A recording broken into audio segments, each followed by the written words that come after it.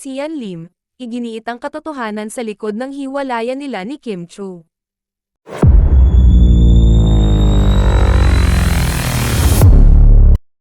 Sa kabila ng pakiusap ni Kim Chu kay Sian Lim na itigil na ang pagbibigay ng detalye sa naganap nilang paghihiwalay ay nagpatuloy pa rin ang kapuso actor-director na si Sian sa pag-uusap tungkol sa nakaraan niyang relasyon sa kapamilya actress.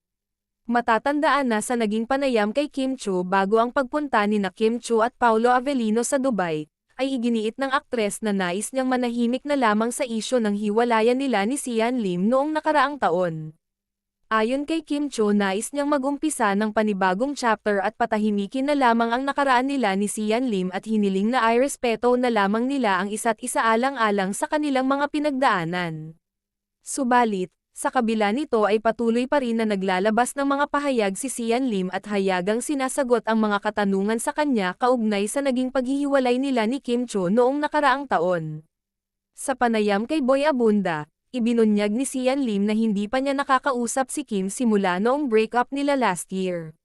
Subalit, nilinaw niya na mapayapa ang kanilang breakup at naghiwalay sila bilang isang magkaibigan.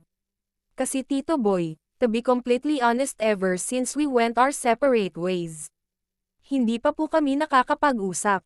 But we, of course, when that night happened, maayos yung pag-uusap namin. Of course, mayroong iyakan, but there was that assurance na we went through 12 years of our existence. It has that respect, saad ni Sian Lim. Muli ring iginiit ni Sian Lim na hindi niya desisyon ang makipaghiwalay kay Kim Chu kundi si Kim Chu ang unang bumitaw sa kanilang relasyon. To be completely honest, I wasn't the one engaged in the separation. Yun lang po siya, it's that simple. I know they're saying na I wasn't the one who initiated the breakup, pagdidiin ni Sian Lim. Very proud ding ipinahayag ni Sian Lim na hindi siya kailanman na nagloko sa 12 years relationship nila ni Kim Chu taliwas sa mga ibinabato sa kanya ng maraming fans ng aktres. Nag-usap kami privately. Hindi na kailangan himayin kung sino ang nagkulang. I think the length speaks for itself, and yung pambabatikos sa akin ng karamihan, I think they should look at it from us. For more than a decade, I never had any. My record is clean, and I am proud of that, pahayag ni Sian Lim.